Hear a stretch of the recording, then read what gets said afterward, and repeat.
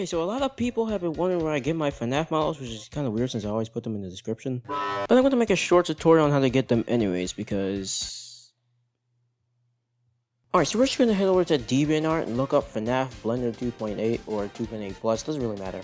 As long as it's a higher version than 2.79, you'll be able to find a bunch of models meant for the more updated versions of Blender.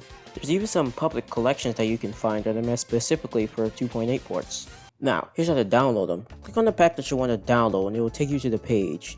Now, here's what tricks a lot of people. This button over here actually isn't meant for downloading the mouse, it's meant for downloading the image only. What you really gotta do is scroll down to the description, that most people ignore, and click on the drive or stash link that's linked in the description. It really depends on the pack.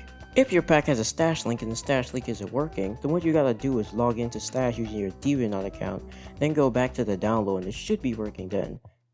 But if you try this and it still doesn't work, then, well, you're screwed, Buster. The only thing I can really recommend after this fat L is to look for another model or just retire. If you download your model and it has all its materials, then congratulations, you've successfully downloaded a working port, my friend. If it looks like this, however, then you downloaded the model for the wrong version. This stuff gets pretty agonizing, trust me. You can either find another model, ask a friend to port it for you, or do it yourself.